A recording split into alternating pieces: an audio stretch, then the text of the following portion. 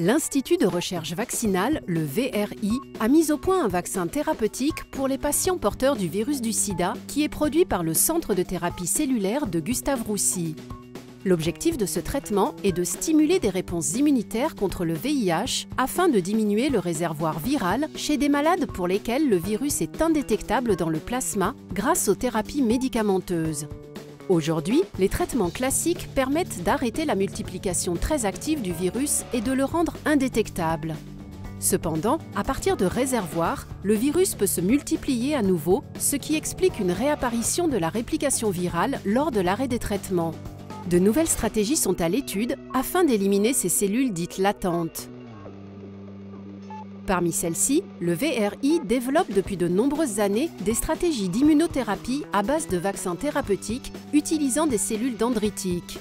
Les premiers résultats ont montré que ce vaccin était capable de contrôler la multiplication virale chez des patients ayant arrêté leur traitement. Le mécanisme d'action est d'induire des réponses immunitaires contre les cellules exprimant le virus en état de latence. Afin de rendre ces cellules susceptibles d'être éliminées, ce vaccin sera associé à une stimulation des cellules par l'administration d'une cytokine, l'IL-7, qui renforce les réponses immunitaires et est capable de réactiver les cellules infectées. L'équipe du Centre de thérapie cellulaire de Gustave-Roussy a été choisie notamment pour son expertise dans l'immunothérapie, son plateau technique et sa capacité à produire des vaccins à partir des cellules dendritiques. La fabrication du vaccin thérapeutique HIV consiste dans un premier temps à prélever par aphérèse des globules blancs chez le patient dans l'unité d'aphérèse thérapeutique.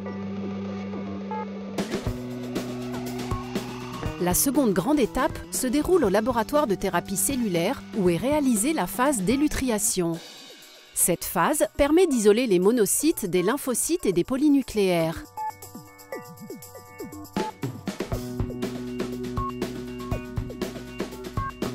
Les monocytes sont mis en culture avec ajout des molécules permettant de les faire maturer en cellules dendritiques. Une fois différenciés en cellules dendritiques, on ajoute les lipopeptides, caractéristiques du virus HIV, et le LPS pour les activer.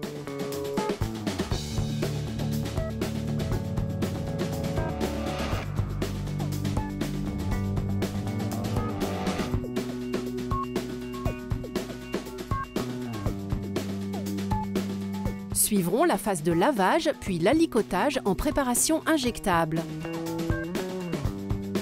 Enfin, les flacons ainsi préparés sont progressivement congelés pour être stockés à -130 degrés.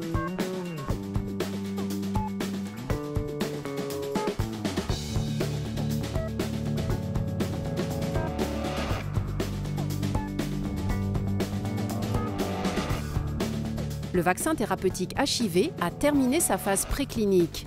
Le dossier doit désormais suivre la procédure d'autorisation auprès de l'ANSM. L'essai clinique devrait pouvoir démarrer à l'automne 2015 et doit inclure environ 80 patients.